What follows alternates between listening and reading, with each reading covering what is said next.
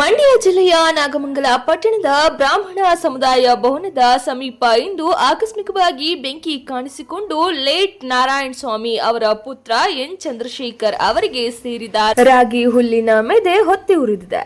ಕ್ಷಣಾರ್ಧದಲ್ಲೇ ಬೆಂಕಿ ವ್ಯಾಪಕವಾಗಿ ಹರಡಿದ ಪರಿಣಾಮ ಸುಮಾರು 1,60,000 ರೂಪಾಯಿ ಮೌಲ್ಯದ ರಾಗಿ ಹುಲ್ಲು ಸಂಪೂರ್ಣವಾಗಿ ಸುಟ್ಟು ಕರಕಲಾಗಿದೆ. ಸ್ಥಳದಲ್ಲಿ ದಟ್ಟ ಹೊಗೆ ಆವರಿಸಿಕೊಂಡು ಕೆಲಕಾಲ ಆತಂಕದ ವಾತಾವರಣ ನಿರ್ಮಾಣವಾಗಿತ್ತು. ಬೆಂಕಿಯ ತೀವ್ರತೆ ಹೆಚ್ಚಿದ್ದಂತೆ ಸ್ಥಳೀಯರು ಅಗ್ನಿಶಾಮಕ ದಳಕ್ಕೆ ಮಾಹಿತಿ ನೀಡಿದ್ದು ತಕ್ಷಣ ಸ್ಥಳಕ್ಕಾಗಮಿಸಿ ಅಗ್ನಿಶಾಮಕ ಸಿಬ್ಬಂದಿ ಬೆಂಕಿ ನಂದಿಸುವ ಕಾರ್ಯಾಚರಣೆಯಲ್ಲಿ ತೊಡಗಿದರು.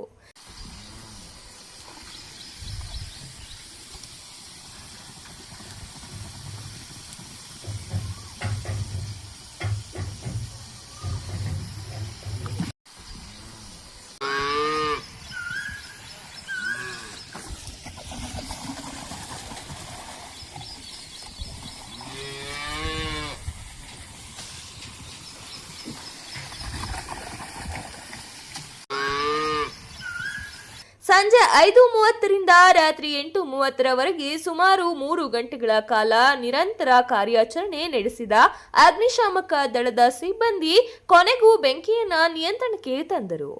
ಇನ್ನು ಬೆಂಕಿ ಪಕ್ಕದಲ್ಲಿದ್ದ ಸುಮಾರು 4 ಲಕ್ಷ ರೂಪಾಯಿ ಮೌಲ್ಯದ ಕುರಿ ಕೊಟ್ಟಿಗೆಗೆ ತಾಕಿದ್ದರೆ ಮತ್ತಷ್ಟು ಬಾರಿ ಅನಾಹುತ ಸಂಭವಿಸುವ ಸಾಧ್ಯತೆ ಇತ್ತು ಎಂದು ಮನೆಯ ಮಾಲೀಕ ಚಂದ್ರಶೇಖರ್ ತಿಳಿಸಿದ್ದಾರೆ.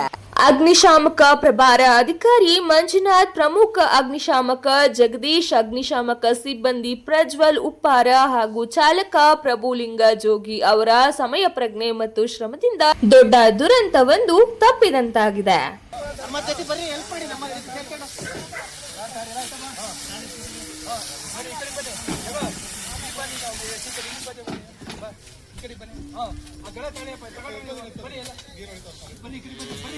ಏನಾಗಲ್ಲ, ಬರೀ ನೀರೇ ನಾವ್ ಹೇಳ್ದಂಗ್ ಮಾಡಿ ಸಾಕು.